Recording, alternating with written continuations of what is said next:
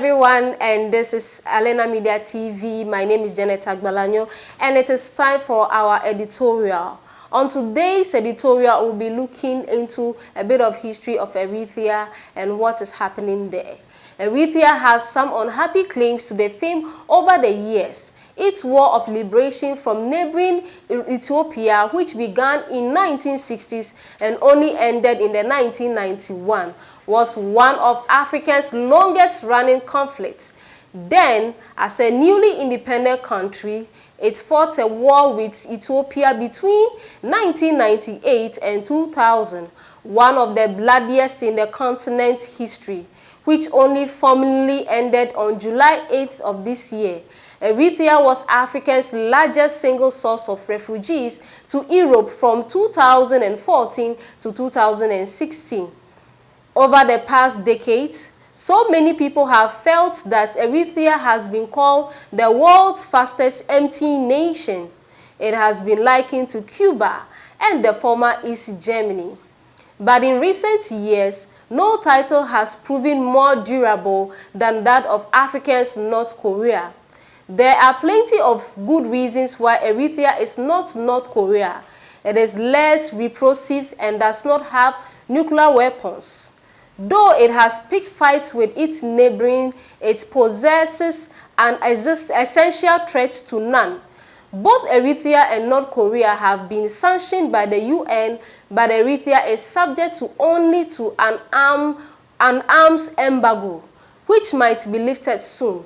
Both regimes are isolations, but Eritrea somehow less so. In recent years, it has engaged with the European Union, allowed some UN agencies to establish offices inside the country, and cultivated strong ties with Gulf states like the United Arab Emirates. Ordinary Eritreans enjoy much more exposure to the outside world than their North Korean counterparts. Satellite televisions in ambiguous and the internet. Though extraordinarily slow, it is apparently unsanctioned. Eritrean nationals who have lived abroad for many years can come and go as they please, provided they tie to the party line and pay tax. By contrast, North Korea, who managed to get out, can never return.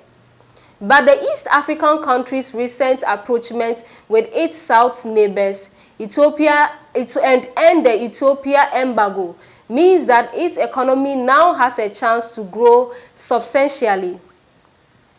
The hope is that the nation will export more to the world than people fleeing in the country.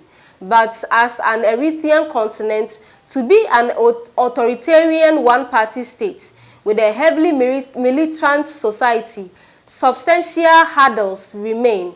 It is also one of the poorest countries in Africa with a mostly agriculture-based economy.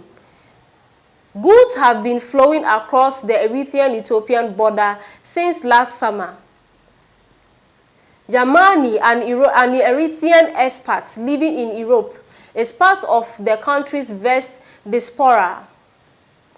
An estimated of 1.5 million Eritreans now live overseas, more often after escaping poverty or the country's indefinite military services. This is more than 1 of 5 of all Eritreans. Yomani was recently back in Eritrea on holiday in the city of Massawa on the country's Red Sea coast. He also used the visit to do some business research. His company imports Ethiopian beer into His company imports Ethiopian beer into Europe, and he hopes to start being able to export in via Massawa. This would be much easier for my business, he says. Most of Eritrea's activist labor force is employed in defense. Presently, the entrepreneurial expert has to ship the bottle via the small coastal country of Djibouti and Eritrean southeast. He had been the cause of all of the landlocked Ethiopia's grounds and sea exports over since its 1998 to 2000 borders. War with Eritrea meant the country could no longer access Eritrean ports.